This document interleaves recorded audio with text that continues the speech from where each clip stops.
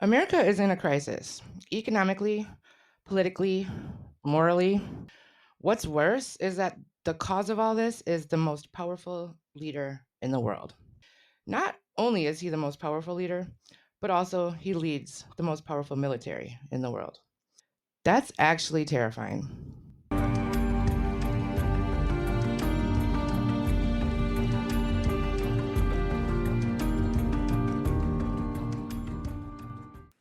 This is From Dirt We Grow.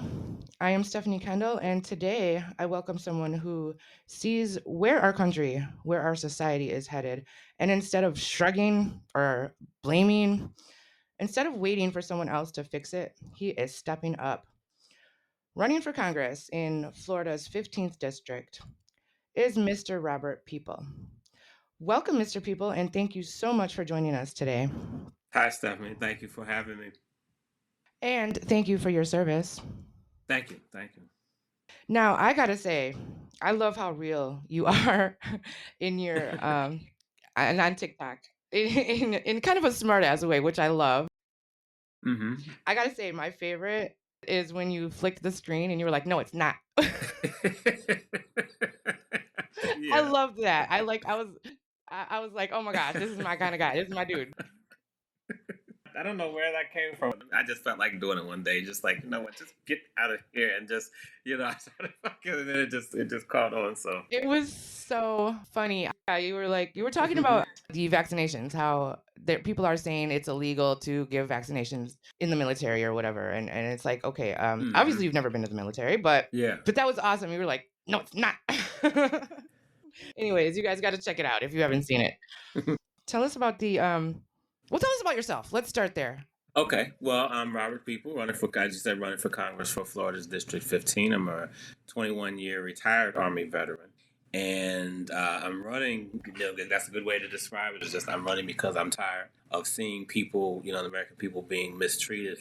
I wanted to run because, one thing we learned in the Army was that, for one thing, we can either be part of the problem by continuing to complain about the systems that we have issues with, or we can step up and try to change them. We were always taught just do more than just continue talking. And it started at that point with being promoted to sergeant because we were doing a lot of complaining about our units. And we had a senior leader tell us that, he said we had a lot of good ideas, but a lot of soldiers didn't want to stay in to implement the ideas. They'd rather complain. And really, over the years, I've complained a lot about Congress. And I said, because this is the level I've done the most complaining about, that's what I want to run for for this particular seat here.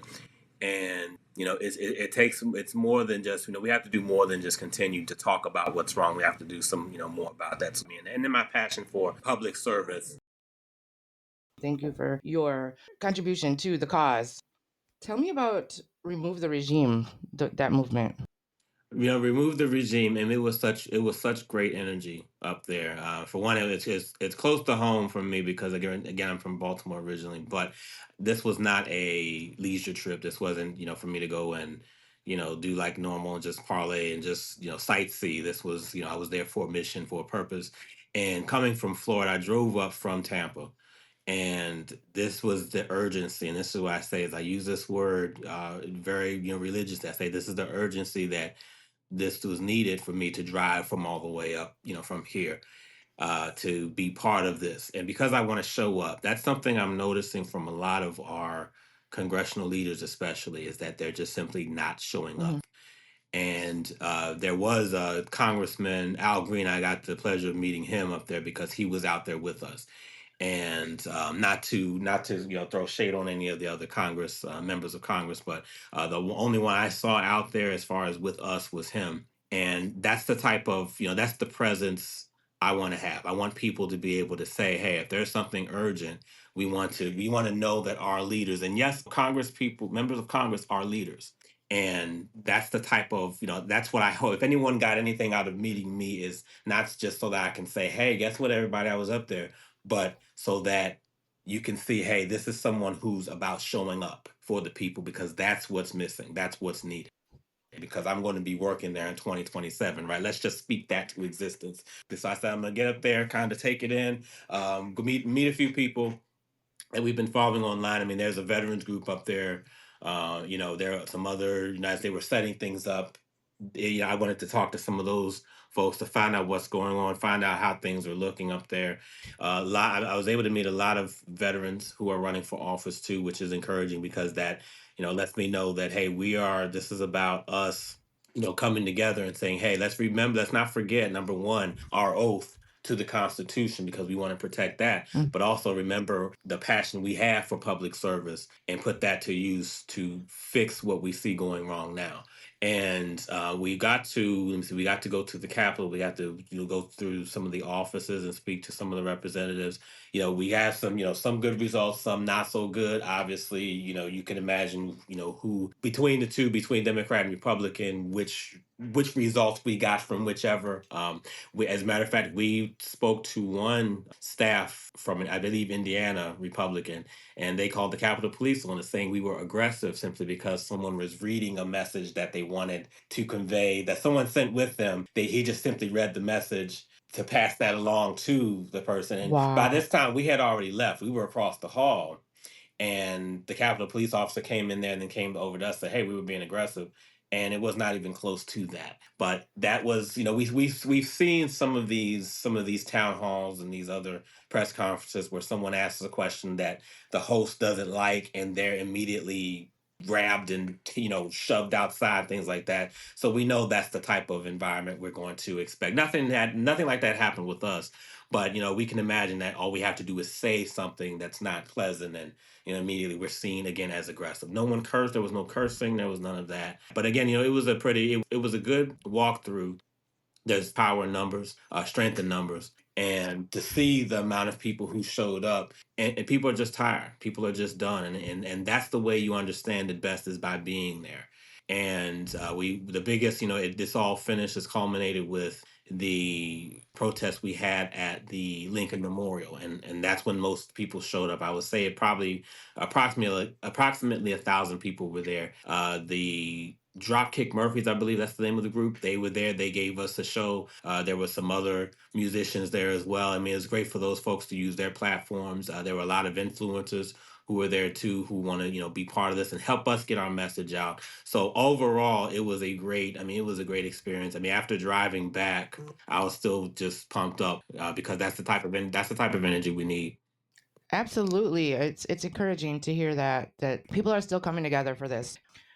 We brought up how important it is for leaders to show up, because that's one of the things that we as the constituents don't Hmm. see too much of, and that we don't like, is that, hey, you show up when it's election time, and then we don't see much of you.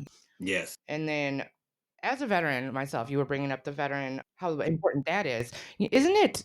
Doesn't it hurt kind of your heart to see the veterans that are supporting the outright blatant lies that Trump is telling, Yeah. the misinformation that he's telling about the six Congress people?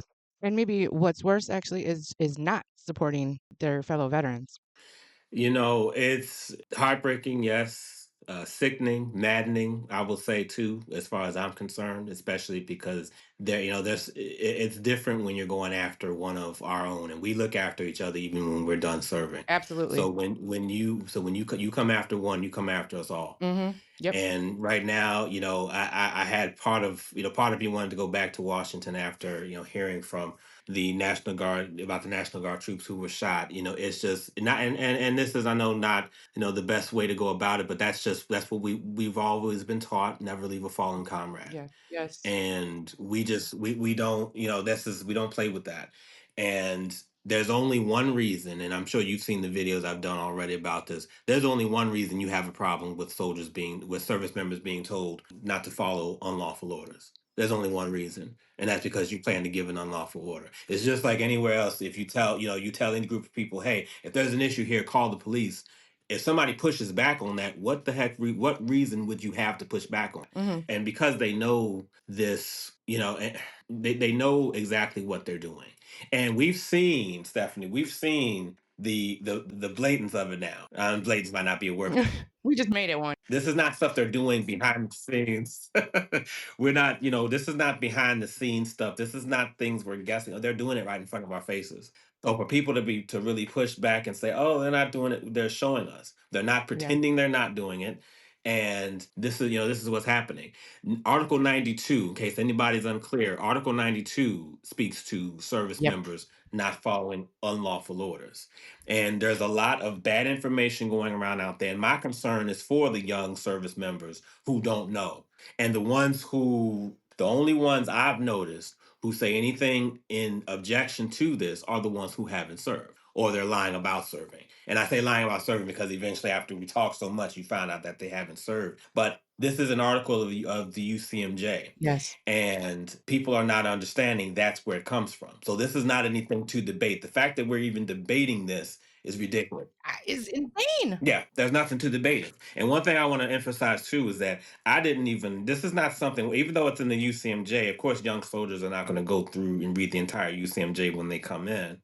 But at the same time, commanders are not going to be quick to tell them that because do you really think a commander is going to want service members to know this from jump to be able to buck if they need to? No, they don't want their, for it to be their unit where the soldiers are doing this. So yeah, if they're forced to tell them, they will. But it's one of those, hey, if they don't ask, if it doesn't come up, don't bother with it, which is still a problem because now we're in a much different place than we were before. And when I served, I didn't even know about this until I was in for about 6 years. And we're talking about this was for those who were around and understood the Iraq War in 2003. There were, some service members were doing a lot of illegal activities, unbecoming, as far as taking pictures with the Iraqi prisoners and things like that because of what their sergeants were telling them. And they suffered consequences coming back. The whole we were following orders did not cut it. And that's when it stood out to me like, whoa, wait a minute. We don't have to follow everything. But I want to make sure every soldier, every service member understands this clearly. And no one should be telling you not to. It's in our UCMJ. And as I saw from some individuals, they're putting the Constitution and UCMJ together. They're not together. You're not going to see this in the Constitution. Well, that's the thing, they're ignorant to the military Yeah. regulations, they're ignorant to the UCMJ. They keep bringing up Yeah. the civilian law. Yeah. Okay, great, but we have our own. Hmm. That's frustrating. Oh, I was wondering, is this just the start for you? Do you plan on moving up? Do where ultimately, where do you see yourself? Right now, just here, because people have asked me that before. This goes along with when people ask me why not a local position, why jump straight to this? Because I don't want to, because I'm not doing this for fun. I'm not doing this to start a career. I have other ambitions I'm putting aside right now in order to do this. I'm a writer, I'm an author. I want to go back to that eventually. And this is not a game as far as I'm concerned. This is again the urgency that we need to fix this. And I'm not going to sit back in a local position. But I'm not doing that because I won't give my all if I do that. Okay. So I figured, if I'm going to do this, and this is not something I plan to do forever, I want to pick the seat that I'm going to give my heart, to put all of my heart and soul and everything and give 150% to doing, which is going to be the House of Representatives. Now, never say never as far as what comes after that. But I've never, to answer the question, I haven't given it much thought as far as doing anything past House of Representatives. Okay, so you're just doing this in this moment because it's needed. I got you. Yeah. You're not a career politician. Yeah. Right, and to add to that too, Stephanie, is because I understand when it's that's something else I learned in military. When it's not when your time is done, you need to step aside and let someone else come up in there. And I'm not going to I won't commit now to say, oh, I'm just going to stay there all the way until whatever. No, I'm going to stay there as long as I have the passion to do this. And when younger folks, the younger generation comes up and they want to do it, you know what? If I decide that's my time, which likely I will, because my whole purpose is to leave Congress better and leave this country better than it was when I got in there. Step aside and let some of the youngins step in and they take over. Yes, sir. I think that was your video I saw. They're there forever and the average age is like 50, 60 some years old and they don't want the younger people to get in there. Yep, 58 for the House and 64 for the Senate. Hmm. Yeah, yeah, yeah. I remember, yes. So what are your policies? If you get on the floor, what's the first thing you're gonna do? The first thing is impeach. Wherever we are in the process of impeachment, I want to support. Let's keep that going. I'll sponsor, I'll co-sponsor, whatever it is, because this trash needs to be taken out Mm. straight up. The whole administration, whatever gets rid of the administration, not just Trump, but everybody. This whole regime, that was the purpose of remove the regime, because it's not just him, it's everybody. He's all the trash he brought with him, all of them need to go. And because we saw how these confirmation hearings went, they were some of the most I'll say interesting, to say the least, that we've seen in a while. We've heard all the ways, all the different angles, all the different manners in which these folks are not qualified, and we get a notification an hour, 2 hours later saying they were still confirmed, right? So that's when I said, okay, you know what? These people don't deserve to be in there. We need to get take our house back. Take our country back. This is yeah, that's what I mean. Yeah, our country, but of course, the house meaning, Start small and work your way up. yeah. Go no, we're on the same page. Ultimately, the goal is take the country back. But Yeah. right now, when I say the House, meaning the White House, the Okay. Capitol, let's get that back, because they've ransacked through everything, and they're just this is the people's house. When you said the House, I was thinking the House of Reps, not the White House. But yes, you're absolutely Oh correct. yeah, no, just in general terms, yeah, we got to take, we got to get this back, and All of it. it's out. Yeah, ultimately, we need to get all of it back, and we And when we say we mean like we as the people, like because it's for us, not Democrats. right, exactly, yeah. Yeah, it's not about us. It's not about left and right. It's about evil and good. It's about money and power and Yeah, and saying we, and that's a good distinction though to express, because that's part of my point as well, and that's something. And it's good that you say it like that, because we shouldn't feel like we're separate from the people. When we say we the people, that means members of Congress plus constituents, right? Not that there's this big, and I want to go to this too, Stephanie, is that when I was there, this was something that really was profound to me, was that as I'm walking around Washington, I'm seeing, you can tell clearly those who are part of, congressional staff, who work in the Capitol, who work in the congressional offices, who work in the you can tell by the vehicles, you can tell by, how they're dressed, of course. And you see, it felt like such a glaring difference between those folks and the citizens. yeah. And one thing, Mm, that's the biggest thing that was telling, was you point in any one direction and you can see either the Capitol, you can see the White House, you can see the congressional offices. And it's like we're that close, but this far separated, or this much separated. And it should wow. not be that, especially being there. Because it's like you look across the street, you see the very people who are supposed to be helping you, yet you have homeless people sitting right there across from the White House, across from the Capitol. You have, I mean, people just, we're protesting because there are a lot of issues that we need to get fixed. And it's like we're that close, Mhm, but there's nothing, there are a lot of problems. And when we say we the people, it's supposed to be us. And that's why when Al mhm, Green showed up, I said, that's what leadership looks like. Because it's not, hey, I'm a congressman and it's congressman plus you all. It's no, it's us, it's we. So when I say we're taking the House back, I'm not doing anything on my own. I'm not doing it myself. I can't do anything without votes. I'm not in that mhm. seat. I'm not getting elected without people voting for me. So there is no me doing this. This is us doing this. 100%. Mhm. Now, how do we come together when the system profits off of our division? It is, well, we have to be wise enough to understand what's happening here. And yes, you're absolutely right. The more we are divided, the more they profit from this. We have to understand the difference. Well, first of all, we can't go too extreme with what we're doing.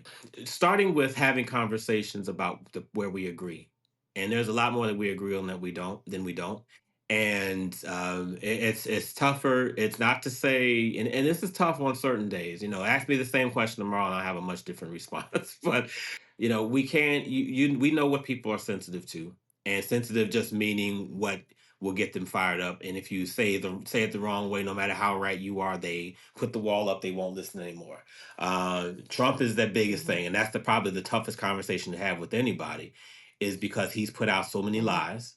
And when you're talking to someone, you're trying Yes. to have a conversation and say, "Hey, explain to me, help me understand. Maybe I'm missing something here." You talk, and all you're getting is the lies that he's put out or anything else. It becomes impossible to have a conversation with someone like that. So the answer has to be to understand that. Well, first understand everybody's not that way. Everyone is not this far to the left and this far to the right. A lot of us are more closer to the middle. Not saying that we're neutral per se, but we're more in the hey, we're looking for a solution here, and those are people. These are people we can come together on a viable response to. A lot of people, especially on the conservative side, are tired of what they're seeing. They're not happy with what's going on either. And I say that one thing we can do a better job on, Stephanie, is not hitting them with hey, that's what you voted for. Even though yes, it is, that's absolutely right, but it doesn't add anything because again, they're seeing the error of their ways. And to me, that's good enough. If you can acknowledge, hey, you know what? I messed this one up. Yes. I did not need to go, hey, that's fine. Come on this side, we'll talk about it.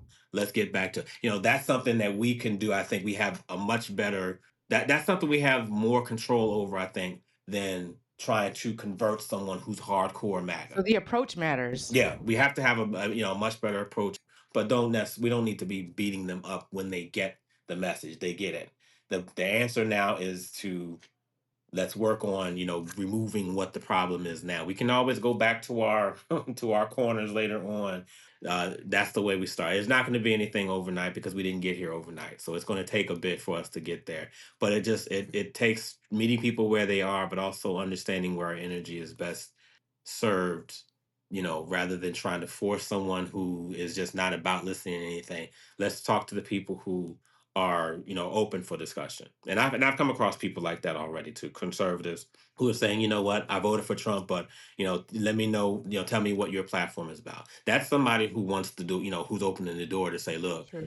I want something different. So let me hear what you have to say. When we see people like that, that's the time we have the conversation. Those are the times when we put the pride to the side and say, look, this person said they want to talk. Let's talk to them. Mm. That's encouraging too to see that more and more Yeah. that they're open. Like not everybody's closed off like we see so much of. Yeah, and it's emphasized because especially we know how social media algorithms work and things like that. We think Yeah. that the only ones are the ones who are the most extreme, but of course we just saw what last week that Twitter. I'm not gonna call it X, but that Twitter, as it was discovered to have I don't know how many thousands and millions of accounts that are foreign. And Yes, yes, we just saw that. so when we have that happening, it's like so most of what we're seeing is just garbage that It's somebody's crap. Yeah. and then of course, the real people get in there and they interact too. So as it's mixed up, Mhm. it looks like there's more people really there than there is. So why we don't trust politicians these days? Why should we trust you to advocate for us? You know, First of all, understanding and that's understandable that you wouldn't. I ask the question when I go to events and I speak. And sometimes I do is I'll say, okay, in one word, describe to me, what's one word that comes to mind when you hear the word politician? And the words, the type of words you get back. You get crook, you get untrustworthy, you get liar, you get all these bad superlatives and things like that, these bad, adjectives. And I say that's a problem. I have a big problem with that because that's not how we should be. If we're there for the people. It shouldn't be that's how we're described. So why should you trust me? Because I want to do different. I want to deliver differently than what you've seen. I want to be someone who changes your outlook of politicians. And it starts with number one, presence. It starts from reminding you or letting you know that I understand who I work for. Being, and part of that is being my authentic self and not dressing the part, not looking the part, not acting the part, because everyone in Congress right now is doing all that. And look at where we are. Yeah. Not, coming at you like a salesperson. Yes. Okay, because I mean, we've all walked to a car dealership, and as soon as you see someone coming, you're like, oh goodness, and you know what you're there for. But when you see them coming, you still sort of cringe because you're like, damn it, just Yeah. look, let me do all this here, and that's not the. I don't want you to feel like that when you see me coming. I want you to feel like, hey, I'm there to listen to you because we've gone all this time not listening. So let me just hear you talk, and Stephanie, that's caught people off I guard. bet. Because I will say that they'll say that, and or I'll say that and they'll just be like, well, what are you gonna do? Well, what about this? What is this? I said, well, I'm here to find out from you. What do you need when I'm in office? How am I representing the people if I go there with all my own Mm, ideas, all my own agendas, and I don't ever talk to anybody? mm. But they expected me to have that because that's how comfortable they've gotten with politicians doing that. They show up and or the political candidates at least, and we show up and we're supposed to have everything all put together, and then we just, all right, now that's this. I look all pretty. Thank you so much for listening. Bye.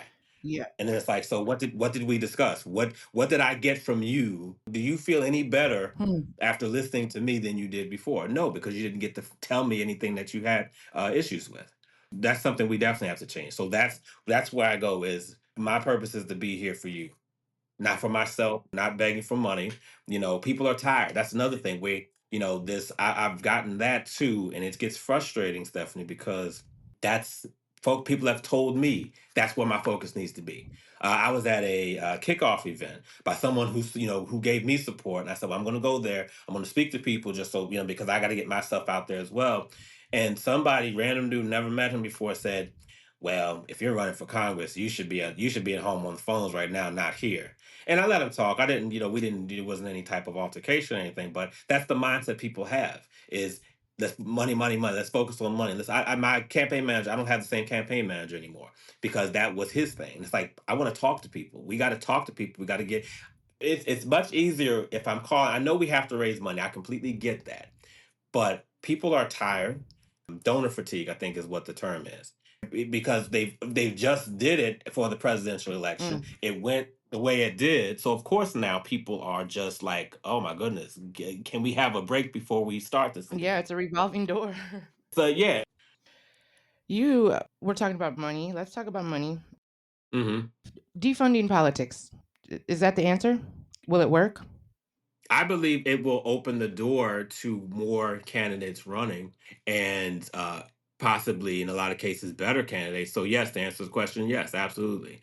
Because right now, public office was meant for everyday working class people to run. And so much has been added, especially when you start putting money into the equation. So much has been added that it completely cripples some people from being able to run, and that's not how it was supposed to be set up. For example, here in Florida, 5,181 petitions to get on the ballot. This is due in April, I believe, April or March. 5,181 petitions, or $10,440. How many working class people can afford to give that? Mm. And that's unacceptable because this is public office. This is not something special or unique. This is public office. So that's not constitutional. You're taking from people's rights to run for office if they choose to. Yeah.